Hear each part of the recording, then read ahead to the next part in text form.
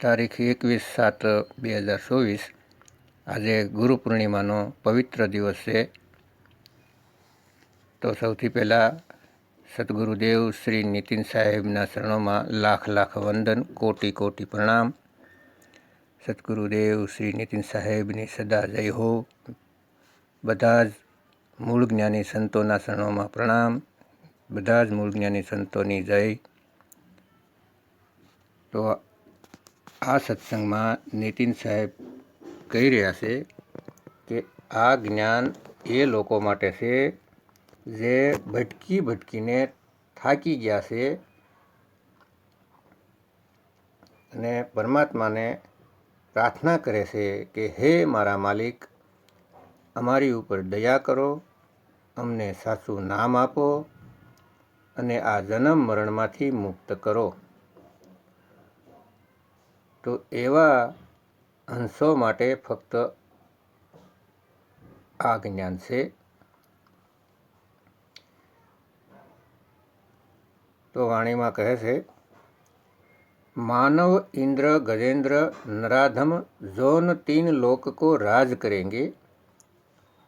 मतलब કે જ્યારે કોઈ મનુષ્ય ભક્તિ કરવાની શરૂ કરે છે અને ભક્તિ કરતાં કરતાં ઇન્દ્રપદ પર પહોંચી જાય છે, 3 લોકનું રાજ્ય પણ કરી લેશે, એવા રાજા બની જશે. આગળ કહે છે, कोटिक स्नान गजादिक दान अनेक स्वयंवर साज भरेंगे.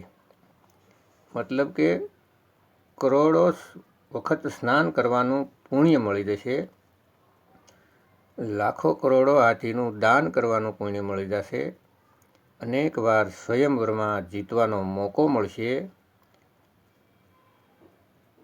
આ કાળની ભક્તિ કરવાથી. તો આ કાળની ભક્તિ બધા જ કરી રહ્યા છે, શરૂથી જ કરી રહ્યા છે. આગળ કહે છે, બ્રહ્મા મહેશ્વર વિષ્ણુ સંસીપત અંત ફસે જબ ફાંસ પડેંગે.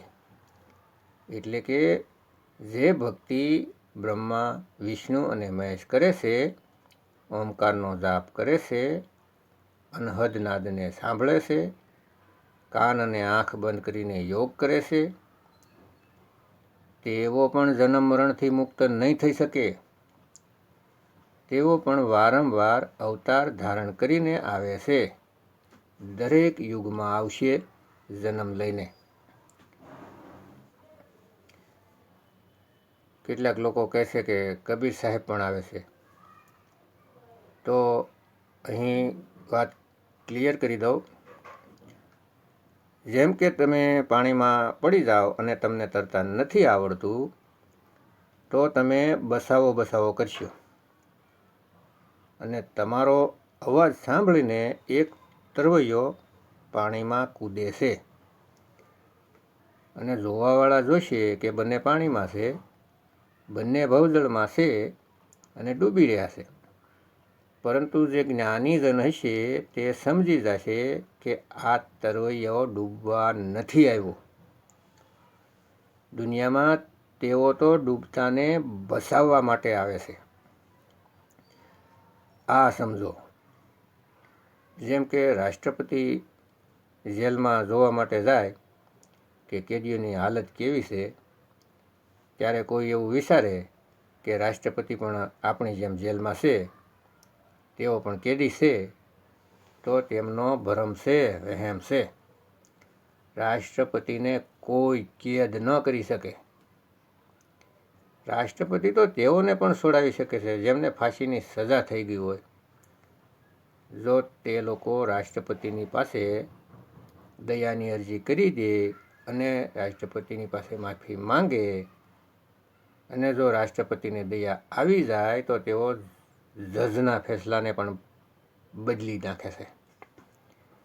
ઠીક એવી રીતે કબીર સાહેબ આ દુનિયામાં આવે છે આપણને બસાવવા માટે. અને 3 દેવોના આવવામાં અને કબીર સાહેબના આવવામાં ફરક છે. ત્રિદેવ આવે છે સૃષ્ટિ બનાવવા, કેમ કે તેમને કામ સોંપવામાં આવે છે. તેઓ સૃષ્ટિને છોડીને જઈ નથી શકતા અને કબીર સાહેબ આવે છે આ સૃષ્ટિથી આપણને મુક્તિ દેવા માટે. આ બંનેના ફરકને સમજો મારા ભાઈઓ. રજોગુણ, સતોગુણ, તમોગુણ એટલે કે બ્રહ્મા, વિષ્ણુ, મહેશ આ સૃષ્ટિ બનાવવાવાળા જે મેન છે, જે આ કાલની સૃષ્ટિ છે, મૃત્યુલોક છે, તેમને આધીન છે આ ત્રણેય. તે બ્રહ્મની સાધનામાં બેઠા છે. શંકરજી હિમાલયમાં તપ કરે છે, બ્રહ્માજી કમળના ફૂલ ઉપર બેઠા છે, વિષ્ણુજી શેષનાગ પર બેઠા છે, હાથમાં કમળ છે, આંખ બંધ છે અને ધ્યાનમાં લીન છે. તમે ગ્રંથ ખોલીને વાંચો, તેમાં સ્પષ્ટ લખેલું છે કે બ્રહ્મા, વિષ્ણુ અને મહેશ કોની ભક્તિ કરે છે. બધું લખેલું છે પુરાણમાં. આપણે વાંચતા તો નથી અને લકીરોના ફકીર બનીને બેસીએ છીએ કે જેમ આપણા દાદાએ કહ્યું તેમ આપણે કરીએ. જો આપણે આમ જ કરીશું તો આપણે મુક્ત નહીં થઈ શકીએ, કેમ કે આપણે પહેલાં પણ કેટલાક જન્મ લઈને અહીં આવી ગયા છીએ. જે આપણા પૂર્વજોએ કર્યું તેમ કરીને એટલે આજે પણ અહીં બેઠા છીએ. મતલબ કે પહેલા જન્મમાં જે કર્યું હતું તેનાથી આપણી મુક્તિ નથી થઈ, એટલે તો અત્યારે અહીં બેઠા છીએ. સતયુગ, દ્વાપર, ત્રેતા ત્યારે પણ આપણે હતા. જેમ કે કૃષ્ણજી ગીતાજીમાં અર્જુનને કહે છે કે એવો કોઈ સમય નહોતો કે તું અને હું અને આ રાજા દુનિયામાં નહોતા. આપણે હંમેશા હતા, મરીએ છીએ, જન્મીએ છીએ. તો આપણે ત્યારે પણ હતા, તો ત્યારે કાંઈક તો કર્યું છે ને, આપણે કોઈ નામ તો જપ્યું છે ને, હવન યજ્ઞ કાંઈક તો કર્યું છે ને, તો પણ અહીં બેઠા છીએ. એનો મતલબ કે આપણે અત્યાર સુધી જે કાંઈ કર્યું તેનાથી આપણી મુક્તિ નથી થઈ. બાબા નાનક કહે છે, જો કુછ કિયા સો કિયા, અબ કલુ આયો એક નામ બોવો બોવો રે. ગુરુ ગ્રંથ સાહેબમાં બાબા નાનક સાહેબ કહે છે કે હવે કળયુગ આવી ગયો મારા ભાઈ, અને આગળ જે કર્યું તેને ભૂલી જાઓ અને હવે નામ લ્યો. કયું નામ? મારું નિજ નામ, મારું નિજ સાર, પોતાનું નિજ નામ, અને તે તમારું કલ્યાણ કરી શકે છે. બીજા કોઈનું નામ તમારું કલ્યાણ નહીં કરી શકે. કહે છે ને કે હમકો ઇતની શક્તિ દેના, મન વિજય કરે ઓર દૂસરો કી જય से पहले खुद की जय करे. આ વાણી સમજી વિચારીને બનાવી છે, પરંતુ આપણે તેને સમજી ન શીખ્યા. કબીર સાહેબ કહે છે કે તું કોનું ભજન કરે છે? તું ખુદ જ છે. તું પોતાને ગોતી લે, પોતાને જાણી લે, તને બીજાની જરૂર નહીં પડે. તું સ્વયં જ પાર થઈ જઈશ. ભરમમાંથી બહાર નીકળો. નાનક સાહેબ કહે છે, सूरत शब्द का खेल है, क्या भर में सस सासा होय, सास शब्द बिन मुक्त न कोई. તે સત્યનામ સિવાય કોઈ મુક્ત નથી થઈ શકતું.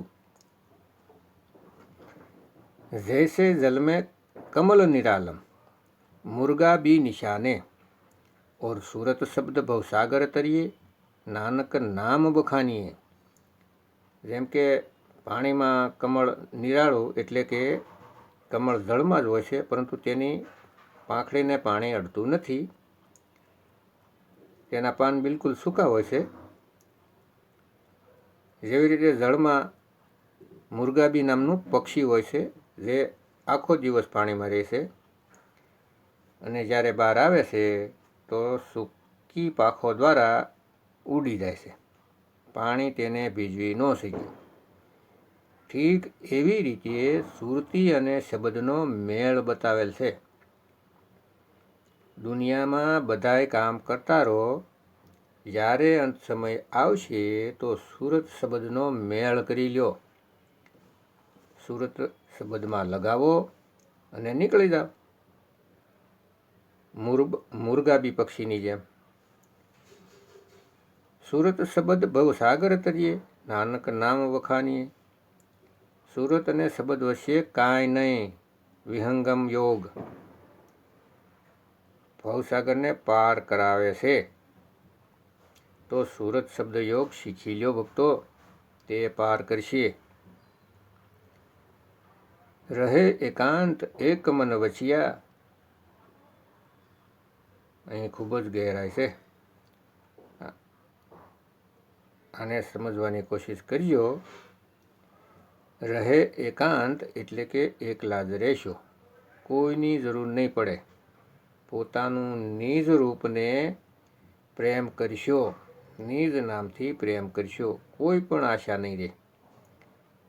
જીવનમાં મળ્યું તો ઠીક, ને ન મળ્યું તો પણ ઠીક. એવા ગુરુ મળી જાય જે અગમ અગોચરને દેખાડી દે, લખાવી દે. તે શબ્દ બતાવી દે જે 52 અક્ષરથી પર છે. નાનક તેવા ગુરુના શરણોની ધૂલ છે, અને તે ગુરુને સતગુરુ કહેવાય છે.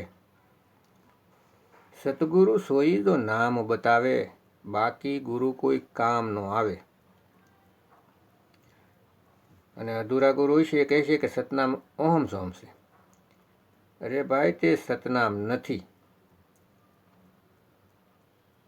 કબીર સાહેબ કહે છે, ઓમકાર નિશ્ચય ભયા સો કરતા મત જાન, સાસા શબ્દ કબીર કા પરદે में पहचान. તો સાહેબે ઓમકારનું ખંડન કરી દીધું. ओमकार है वेद का मूला, ओमकार में सब जग भूला. ओमकार जो वेद बखाने, वो ही काल कोई मरम न जाने.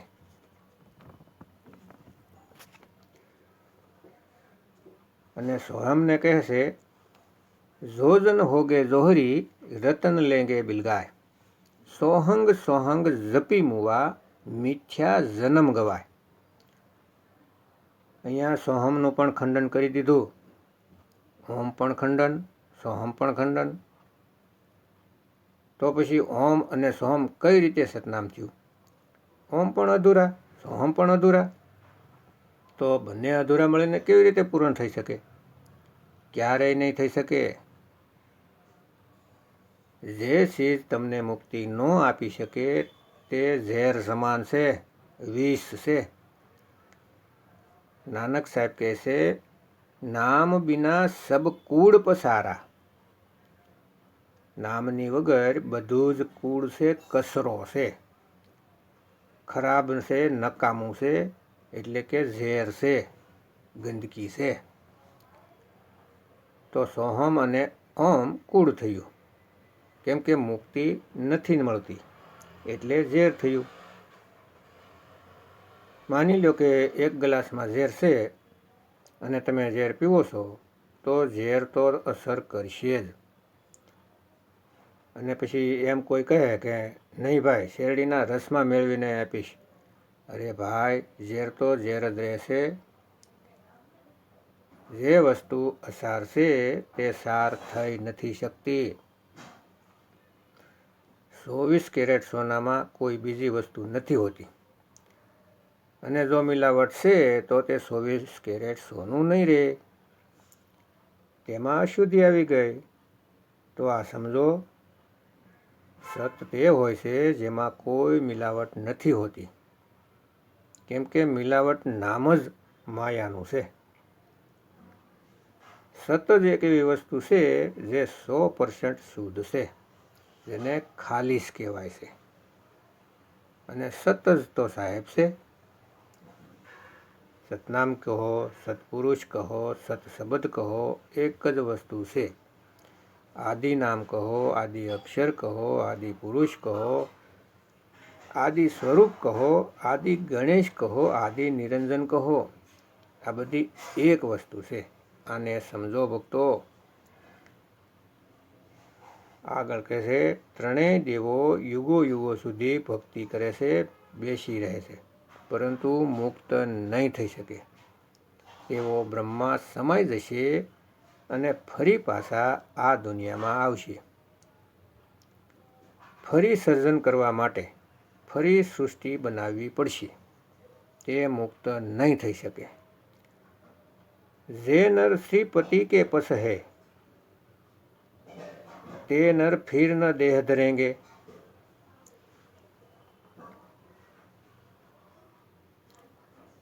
જે જમ છે તે ચોથા ભગવાન કાળ ભગવાન છે, જેની બ્રહ્મા વિષ્ણુ મહેશ સાધના કરે છે. આગળ કહે છે, આગળ કહ્યું હતું ને કે તીન દેવ કો સબ જગ જાવે, ચોથા દેવ કા મરમ ન પાવે. એ ચોથા દેવ છે જમરાજ.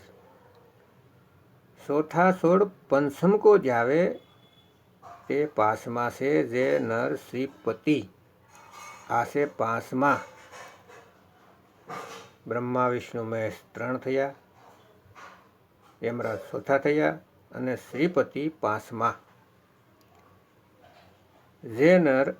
જે માણસ પાંચમાના શરણમાં આવી જશે તે મનુષ્ય બીજી વખત દેહ નહીં ધારણ કરે. તે દેહ નહીં રહે, વિદેહ થઈ જાય. ધર્મદાસ કહે છે સાહેબને, દીખે દેહી કહો વિદેહી. મને તો દેહ દેખાય છે, તમે કહો તો કે હું વિદેહી છું. ત્યારે સાહેબ કહે છે કે તમને સમજાવવા માટે આ દેહ ધારણ કરેલું છે. ખરેખર હું દેહ નથી, વિદેહ છું. હમ હે પુરુષ વિદેહી. તો આને સમજો. આગળ કહે છે, કહાં ભયો દો લોચન મુંદ કે, બેઠ રહ્યો બક ધ્યાન લગાયો.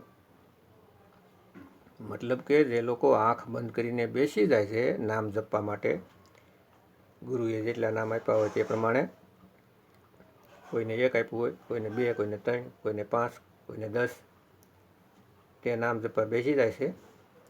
ઘણા આંખો બંધ કરીને ત્રિકુટીમાં પ્રકાશનું ધ્યાન કરવા બેસી જાય છે. ઘણા આંગળા કાનમાં રાખીને નાદ સાંભળવા બેસી જાય છે. તે બગલા ભક્તિ કરે છે.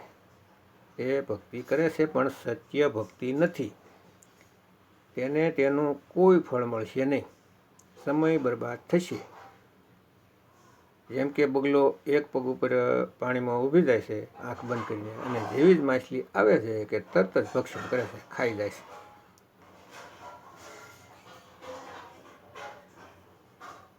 સફેદ વસ્ત્ર ધારણ કરીને કૃત્રિમ નામ એટલે કે મુખથી બોલવામાં આવતા નકલી નામ આપીને કહે છે કે આ સાસુ નામ છે.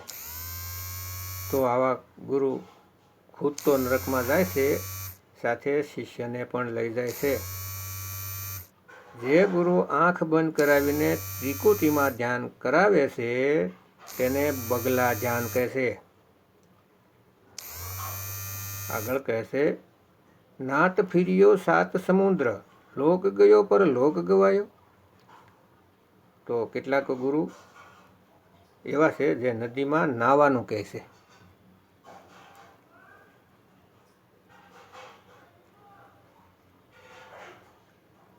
તો આવા ગુરુ તમને ભ્રમિત કરી દે છે, તમારા જીવનનો સત્યનાશ કરી દે છે. આ જન્મ મળ્યો હતો સાસા નામને સમરવા માટે, પણ સાસુ નામ ગોત્યું નહીં, પરખ કરી નહીં. જેવા ગુરુ મળ્યા તેની પાસેથી નામ લઈને સમય બરબાદ કરી દીધો. જે સમય મળ્યો હતો નામને ગોતવા માટે, તે સમય નકલી નામ જપવામાં બરબાદ કરી દીધો. એટલે આ લોક પણ ગયો અને પરલોક પણ ગયો, કેમ કે તેનું કંઈ ફળ ન હોય.